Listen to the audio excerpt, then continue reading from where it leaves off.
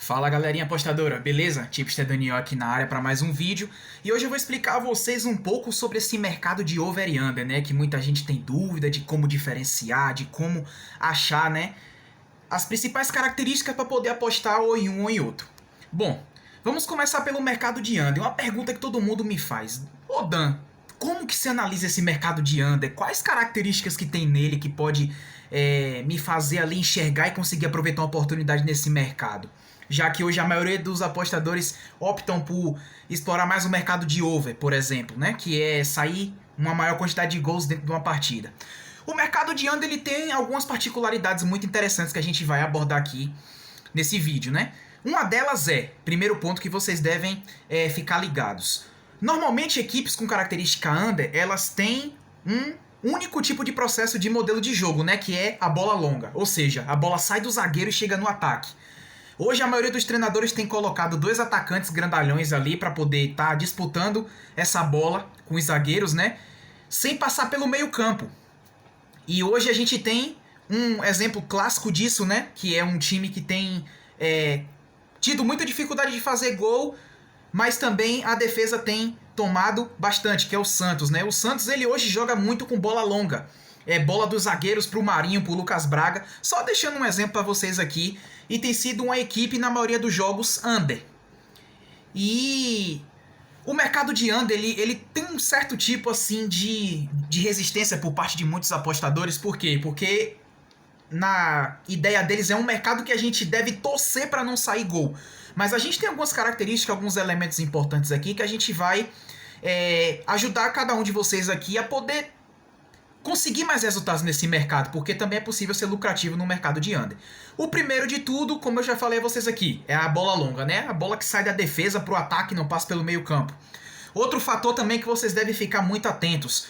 Normalmente equipes under fazem muitas faltas. Quando você vê aquele jogo picotado, aquele jogo com muita falta, aquele jogo que não anda, é o tempo todo bola parada, é os zagueiros prevalecendo em cima dos atacantes, ou seja, não tem muita construção naquele time, então vocês já vão perceber que esse time tem uma característica under, ou seja, baixa produtividade ofensiva, consistência defensiva, né? Porque os treinadores têm arrumado muitos esquemas no 5-4-1, 5-3-2, justamente para poder aproveitar essa consistência defensiva para poder disputar de igual para igual com as equipes que têm mais qualidade técnica.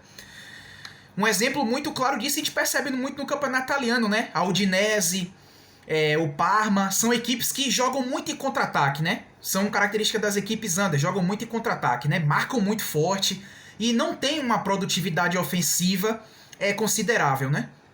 Para poder justamente ter que bater de frente com o Juventus, com o Inter de Milão, com o Milan, com o Sassuolo, com o Atalanta, enfim. É uma forma que os treinadores encontraram de estar arrumando suas equipes.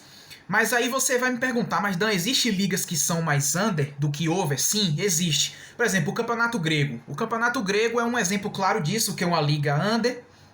E a gente vê algumas equipes só as de mais tradição, como a AEK, como o PAOK, como o próprio Olympiacos, né, que vem se reforçando, vem aí tentando trazer de volta a qualidade ao seu estilo de jogo, né? Mudou completamente a característica de anos anteriores, que era uma equipe mais reativa, hoje consegue propor mais o jogo. Mas a liga em si, ela é toda under. Então a gente tem aí alguns elementos que vão ajudar vocês agora a poder se identificar mais com esse mercado e também tá explorando boas oportunidades, né? Que é o primeiro, bola longa, dificuldade de construção das jogadas. São times que são bem preparados defensivamente e que fazem muitas faltas, ou seja, o jogo fica o tempo todo picotado. Agora falando para vocês do mercado de over, né? Esse aí a gente já tem mais ou menos uma noção de como funciona, né? Um mercado que a gente prioriza equipes que têm uma boa qualidade de jogo e alguns fatores são importantes para a gente entender o porquê que acontecem muitos gols em determinadas ligas e em outras nem tanto. Vamos lá. Se a gente pegar aí o top 5, né, de principais ligas aí do mundo hoje, a gente percebe que muitas das equipes que fazem muitos gols, elas têm uma produtividade ofensiva muito bacana, ou seja, tem um meio campo que consegue construir bem a jogada, porque hoje os jogos para poder acontecer gols, você precisa ter um meio campo consistente. O que é um meio campo consistente? Que tem uma boa saída de bola, que tem uma boa marcação em linhas avançadas e principalmente que conseguem deixar os atacantes sempre assim, em boa situação de gol. Né? A gente percebe aí alguns exemplos claros. O Manchester City do Guardiola é um exemplo disso. O Bayern de Munique, o Borussia Dortmund, o Eintracht Frankfurt, né? Que é uma equipe que é muito interessante, que ela não é uma equipe hoje mais reativa como era antes. Você tem muita construção e tem feito muitos gols. Mas também, pro over sair, também precisa que tenham equipes defensivamente fracas, entendeu? Porque por mais que tenham equipes que consigam hoje ter um nível de construção maior, tem triangulações, tem chute de média e longa distância, tem os meias infiltrando dentro da área, tem os atacantes bem posicionados sempre nas bolas paradas para poder fazer esse gol, precisa também de defesas que não sejam tão consistentes assim. Vamos pegar hoje o caso do Ajax, né? Dentro da Liga dos Campeões, por exemplo, e também na Liga Europa, né? Foi um time que tem muita construção, perde muitos gols, mas também tem uma defesa que acaba se encontrando muito instável, né, em vários momentos. Tanto é que acabou sendo eliminada aí na Liga Europa pela Roma, de forma até surpreendente, né? O Ajax era favorito, muito pela produtividade ofensiva que o time tem. Só que acabou sendo surpreendido aí pela Roma por ter uma defesa não tão balanceada quanto se deveria, né? Porque é muito difícil hoje encontrar um equilíbrio, né, de um time que consiga atacar muito bem e ter um equilíbrio defensivo. Normalmente, quando um é maior, tem o problema defensivo, né? Que hoje também a gente pode perceber isso na Atalanta. A Atalanta tem um grande volume ofensivo, é uma das equipes que mais criam oportunidades hoje entre todos os times de todas as ligas. É impressionante o ritmo que a Atalanta consegue, muitos chutes no alvo, muita criação, mas também defensivamente em alguns jogos deixa a desejar, né? Que é algo natural que ali o Gasperini pode ir ajustando. Mas o que eu quero mostrar para vocês aqui é mais ou menos essa dinâmica, para que quando vocês estiverem assistindo o jogo, vocês tenham a real noção do que vocês vão explorar dentro das partidas, né? No under, como a gente falou, bola longa, jogo picotado, muita falta. E as duas equipes tentando propor o jogo, né, contra-ataque. Por quê? Porque o meio-campo não tem muita qualidade. É muito mais jogadores de marcação para tentar ocupar espaço. Justamente por causa do combate às equipes que têm um maior poder financeiro e também em qualidade de elenco, né?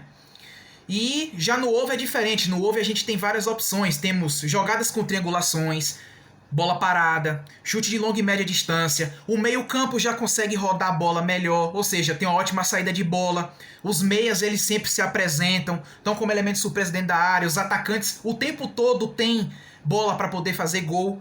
Então, quando a gente enxerga essas características, a gente tem um pouco da separação do que é o under e do que é o over, né? E uma outra característica do over também são defesas inconstantes, né? Ou por falha de posicionamento, ou porque também os jogadores eles não se sentem à vontade, porque ocorre também de ter muitas improvisações, principalmente em equipes que têm até uma certa qualidade ofensiva, mas aí defensivamente às vezes precisa improvisar volante na zaga, às vezes tem uma deficiência na bola parada, ou seja, tem tomado muitos gols dessa forma, e aí a gente vai criando, né, esses paralelos e esses pontos para que a gente fique cada vez mais ligado, né? E durante os jogos a gente consegue identificar isso aí de uma maneira clara. Então esses são aqui alguns pontos que eu queria trazer para vocês, tanto do mercado de under quanto de over, né? Para que vocês aqui para frente agora possam assistir a partida muito mais à vontade, ficar mais ligados nesses elementos, porque a gente vai ter aí uma grande mudança, né? Os resultados eles vão vir cada vez melhores e a gente vai ter aí a enorme oportunidade de adquirir uma consistência ao longo do tempo, né? Com o apostador, sabendo investir melhor, sem se precipitar, realmente tendo ali aqueles elementos chaves na hora que a gente for explorar um desses dois mercados, né? Que é um dos bem mais requisitados, né? A maioria dos tipsters hoje tem sua maneira de trabalhar, tanto no under quanto no over. Tem aí as suas particularidades. Eu, particularmente, gosto muito mais do mercado de over, porque sou fã das equipes que conseguem propor mais o jogo, né? Que criam diversas oportunidades. Então, eu falo pra vocês, se cada um aqui, por exemplo, Um gosta de trabalhar no over, outro gosta de trabalhar no under. No under aí já tem os elementos. É muito mais tranquilo também, não tem nenhuma dificuldade, né?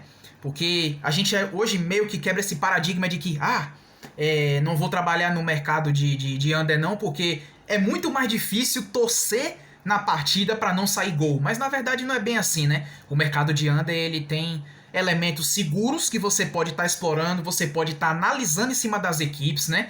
Antes de você começar a experimentar o mercado, vai conhecendo as equipes, né? Você vai se ligando nesses elementos aí que eu acabei de citar aqui, que são importantes para que a gente consiga atingir o objetivo, né? Principalmente pelo fato de que o jogo under, a gente sabe que não tem tanto modelo de criação, né? As equipes são limitadas. É bola longa, é jogo muito faltoso. Então, quando a gente começa a entender esses elementos aí, também consegue sim se especializar no mercado de under e consegue ser lucrativo nele. Porque o mais importante é você ter as ferramentas dos modelos de jogo, do que acontece, para que você consiga colocar isso aí em prova nas apostas esportivas, né? E adquirir a consistência tanto num mercado quanto no outro, né? Então tá aí, galera. Essa é um pouco das explicações e umas dicas aí para que vocês possam estar explorando e sendo lucrativo, né? Nos dois mercados aí que vocês escolherem daqui para frente. Tá aí a explicação sobre o under e do over.